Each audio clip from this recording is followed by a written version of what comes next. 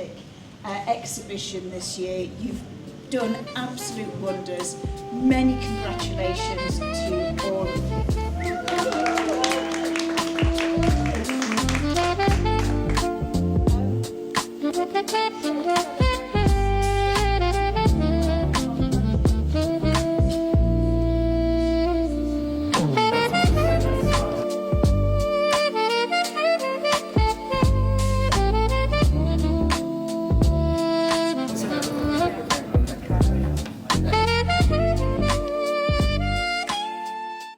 Hi, my name is Fatima. I'm an MA photography student in Manchester Metropolitan University. I have done this project. My project revolves around Palestine and in cooperation with Tatri's embroidery.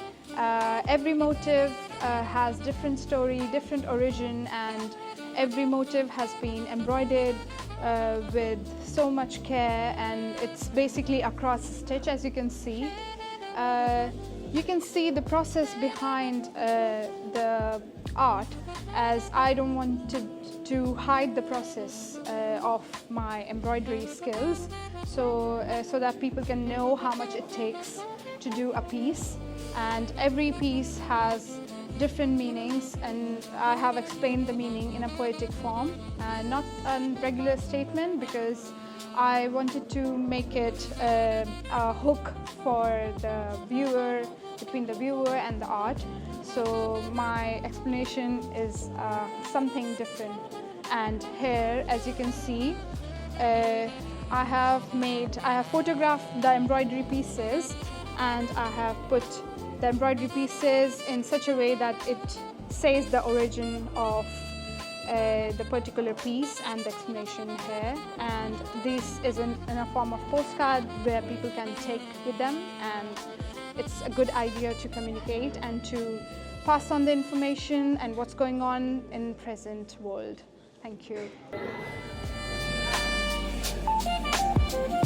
Hi, I'm Kimia, and this is the people of Bradford, the ones who have made a difference within their community or just one person in general, it doesn't matter. I captured their stories and made an edit out of it so people can listen whilst looking at their portraits.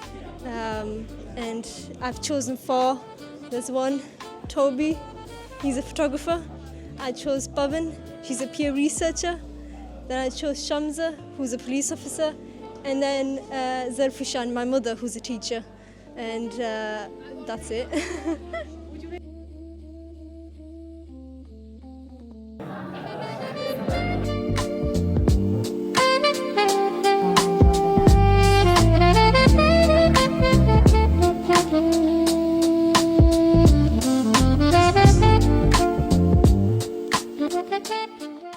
Hi, my name is Yang, and this is my project. And Barbara said not too long, so yeah, basically this is a space about a personal workshop, a shade, a memory. So yeah, I just want to let people guess what is this space made for and what's the detail inside that you can find any clue. And I think it's important that to document a space, industrial, disappearing, and because this space was belong to a mechanic. He was doing motorcycle repairing, rebuilding, but they fix old motorcycle from 50s, 70s. So basically, those kind of technique is disappearing. Like for myself, I like motorcycles from old to new. So like this is his hand draw parts. So he made every part by hands. So this kind of a technique is disappearing because nowadays, like all the vehicle is computer. You plug in and you know the problem, and it's all modularized. So you just replay the whole module. So 7 years ago, when I met this mechanic, he's still working in the industry. And 7 years later, when I visit the UK, he's retired and the factory is shutting down and all the old mechanic is retiring. So I think it's important to document list situation in 2025. So it might be my last chance to get involving. And okay, there's more details. The student didn't show up, so I occupied the wall. Yeah, so you can like all the gears, all the machines. Like this machine is come from 1940s. Yeah, during the war, they made it in post office, and still working well. According to Peter, it's sometimes working better than the modern machine. So I think sometimes, you know, it's not about you have to get a new one like motorcycle or even like camera or even like anything like people. You don't need to meet new friend every time. Sometimes staying new and keep repairing, keep running is important. And what should I say more? Thank you, Barbara, for interviewing. Thank you, Barbara, for documenting all of us. Yeah, when I look back to the video, it's like, oh, this is step by step, and we come to the end. Like, it's incredible. Like, yeah. Thank you, Barbara.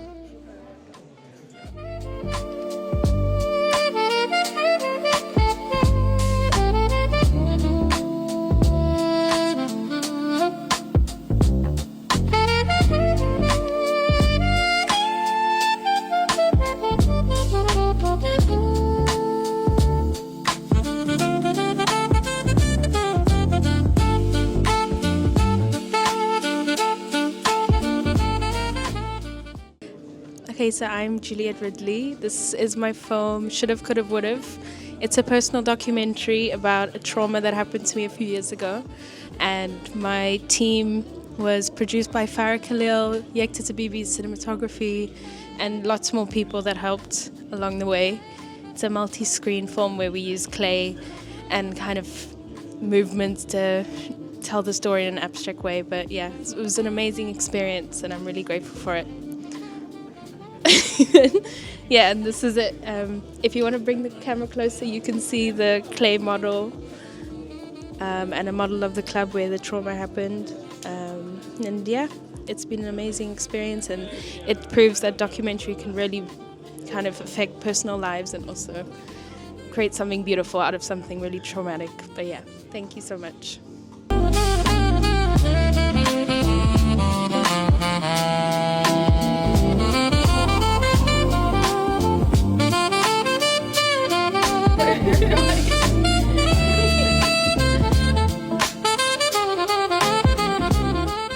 Hi, my name is Greg Hodge. I'm studying, I've just studied MA Photography at Manchester School of Art. So this project is basically called Core of the Crow, and it's all about kind of delving into both the unknown throughout kind of staged and real-life moments, kind of throughout dreamlike imagery. So it's kind of split into 3 chapters, basically within the 3 images. And it's all about kind of exploring, following trails, becoming lost, kind of sense of direction and having that sense of belonging as well. So big thing for me was all about kind of slowing down within work and processing work, looking at the images. So yeah, with this project I really wanted to slow down and kind of dissect what I made and then try and condense it down into 3 large-scale images. So that's what I've tried to do within this work. So yeah. That's basically it.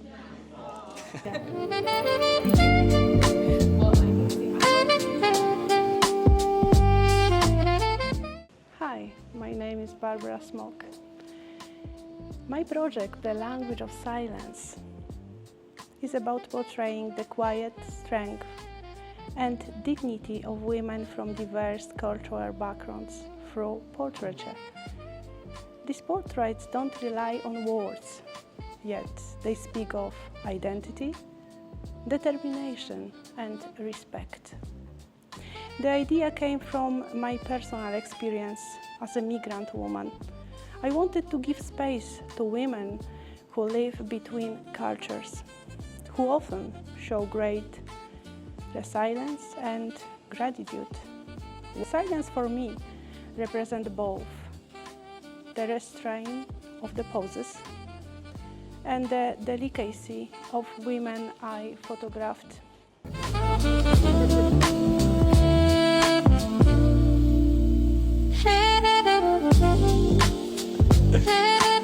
Hi, and welcome to collaboration with two of my friends. My friend Sarah wrote a poem, and my friend Rob did some paintings in regards to like my idea, which was walking a loop that I became obsessed with and had a mental breakdown whilst doing it.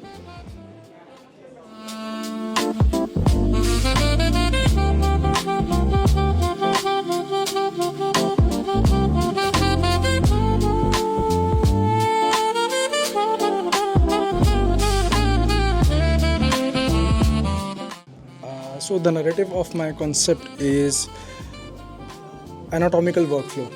For now, I'll just tell you about the parasitic humanoid. The narrative of this concept is like there is a real-life experimentation that happens called chimera experimentation, in which the humans, what they do is like combine human DNA with animal DNA to find out new cures, new diseases.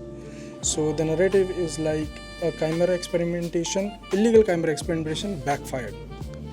How is, as you can see in the second model, the human has like bat ears and fish gills near its neck. It's supposed to make the humans more advanced species. So what they don't realize is to stabilize the human survival, they do like a huge mixing of many different animal DNAs. Somehow a parasite is able to like takes birth inside the human and is able to take control of all the mutations. Thing about this project is it looks fictional, but you never know,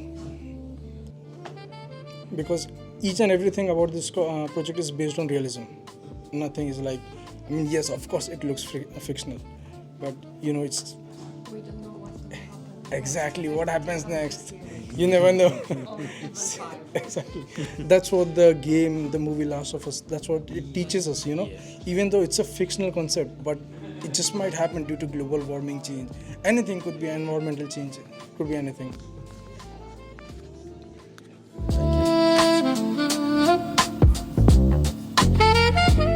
Hi, I'm Aiden, and this is my Push the Button project, a nice, silly, interactive keyboard exhibition. So, just a lot of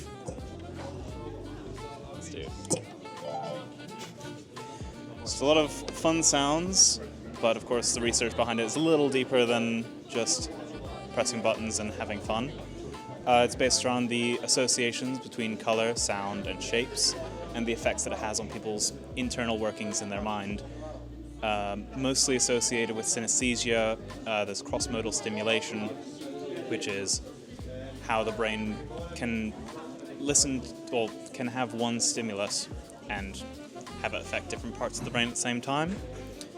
And so I did a survey across a few different people, basically to figure out what sounds they associated with different colors, different shapes, what effects those shapes had on the texture of the sound, and came out with some nice results. Of course, you know, it's just a study, but at the end of the day, it's made some nice, fun sounds to just interact with and see what the results are. And just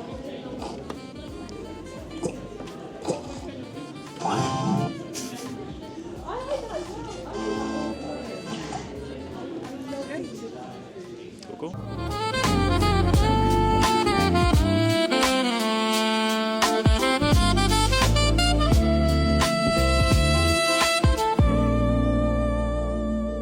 Hi, my name is Toby Dosumo. I'm a fashion photographer, but I decided to do something different this time around. For my first project for the MA, I worked on fashion, and the second project I worked on fashion as well, and it was pretty good. So I decided to work on something different, although it was inspired by something really peculiar to me. So I decided to work on taking portraits of older people, or let me say more matured people, between 60 and above. I got to discover that not every one of them tend to have a portrait of themselves when they are old. So I decided to create an image of them showing the wrinkles, celebrating the scars and everything they've come to have on their body. So just like that, not edited, just bare the way it is. Maybe a few would seem edited there, maybe like 2, so these are the portraits. Initially I wanted to work on more than 50 people for this project, but I had some challenges, working with people and taking lots of portraits. So at the end of the day, I was able to have 14 taken. So these are the portraits of people, different ideologies about life. I was able to speak to them to hear what their quote about life is, and it was really interesting. That I'm really glad I got on the project. I learned quite a lot. Some of them had lots of experiences to share. Some of them don't want to see what they look like because they are old, and some of them shared their work experience. Some of them shared their belief about life. And one significant thing is that we younger people, the society in general tend to render them insignificant. So we pass them by day and night. We don't pay attention to them. But we tend to forget that this is where we also are coming back to in just a matter of years, and we are old as well. So it's been interesting. It's been amazing. And I think I want to do this to be a yearly project because I have a book, Beyond 60. And this is the first edition of this project. So I'll take this project henceforth as something I do yearly, just to my contribution towards photography, So this is not about money for me.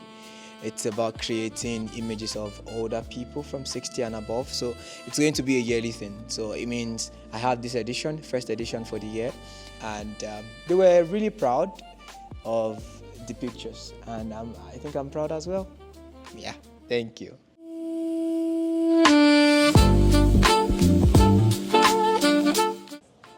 Hi, I'm Rory, and I did the sound design for this game, which is not really going to pick up very well on camera because it's in the headphones. But I collaborated with a games artist called Penny Wong, and she made all the artwork for it and the kind of story of the game. It's only quite a short experience, easy to play through in a few minutes. But yeah, you won't get any sound on this recording, unfortunately. My soundscape that I made for it. But it was fun to make. I learnt a lot doing it, using Fmod and Unity. I definitely went deeper with both those programs for this project than I have done before. And yeah, pushed myself a bit, and it's come out really nice. I'm quite proud of it. Yeah, you can't hear it, but there are some videos online of it on my YouTube channel. Oh, that's a good point actually, yeah. Let's go back to the beginning, yeah. Let's go around again.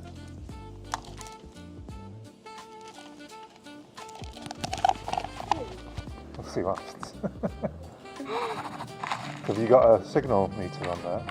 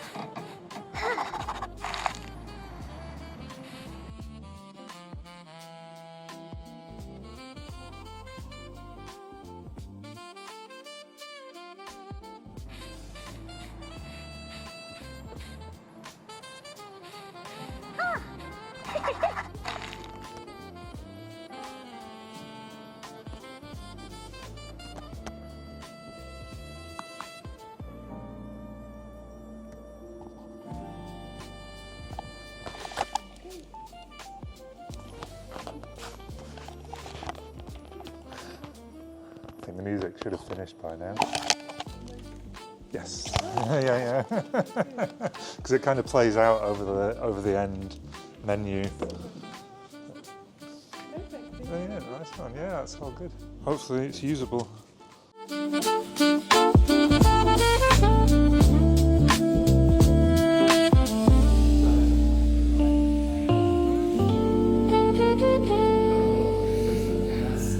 To też.